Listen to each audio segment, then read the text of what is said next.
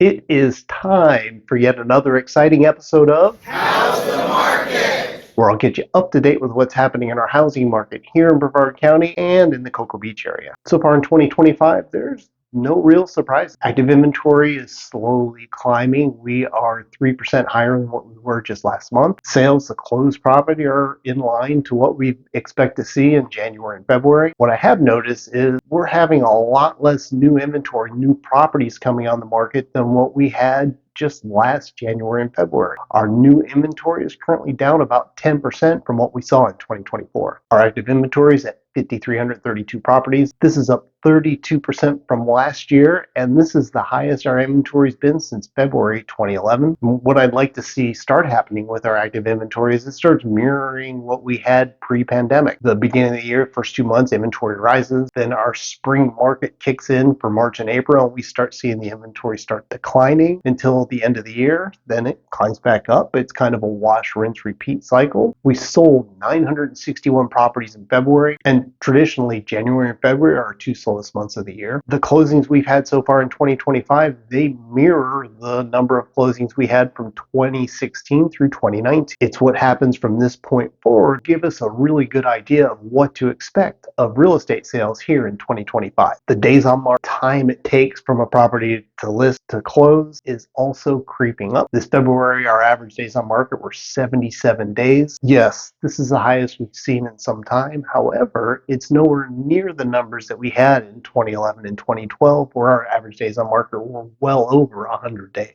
An interesting stat to look at is how many of our properties are selling in 30 days or less. This February, we had 350 properties sell in the first 30 days, which was 36% of our transactions. And looking at the number of homes that sold in 7 days or less, that was 16% of our closings. Our average list to sell ratio was at 93%. The average original list price was $476,000, and the average sold price was $443,000, which was a 7% difference. Taking a look at the average sales price for February, we can see that we're slightly ahead of 2024 and significantly higher than the years before that. Same is true if we look at the median sales price. I see this as an indicator that prices are starting to level out, and some areas are showing a slight decrease in the average and median prices. So what are your thoughts on these numbers? Time to head to Cocoa Beach and Cape Canaveral and talk about condo sales. At first glance, there seems to be some positive trends happening with our condo market in Cocoa Beach and Cape Canaveral. Sales have been trending up the last 3 months. The average sales price for February jumped to $743,000. This is a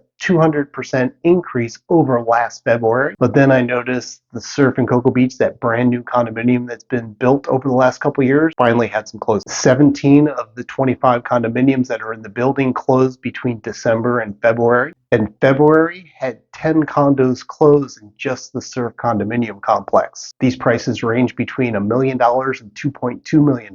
So yes, this kind of puts an asterisk on February 2025 sales, but I still look at it as a win for our condo market. The active condos in Cocoa Beach and Cape Canaveral are still trending up. Condo inventory is up 49% from where it was at in 2024. We're still sitting at over a 9-month supply of condominiums available for sale. And if you've been keeping an eye on the condo market here in Cocoa Beach and Cape Canaveral, you've been wanting to get a condominium and you're waiting for the right time, could be right here. With this many properties available and only 25 or 30 selling per month, this puts you in a great position to do some negotiating. Let's take a look at the single-family homes in Cocoa Beach and Cape Canaveral. Now, these numbers are kind of hard to predict and to see trends because there's so few properties that are closing every single month. Even when sales were peaking in 2021 and 2022, 27 was a high number for single-family home sales in Cocoa Beach and Cape Canaveral. Pre-pandemic, 2018 and 2019, we were averaging 12 per month. Last year, we were averaging 8.5 per month, and so far in 2025, we're averaging 4 single-family home sales per month in Cocoa Beach and Cape Canaveral. This is another thing that we'll just have to keep an eye on with our spring market. Now we're heading to the mainland to look to see what's happening in the Viera and Suntree area. Sales are starting out in 2025, similar to what we had in 2024. We had 79 sales last February.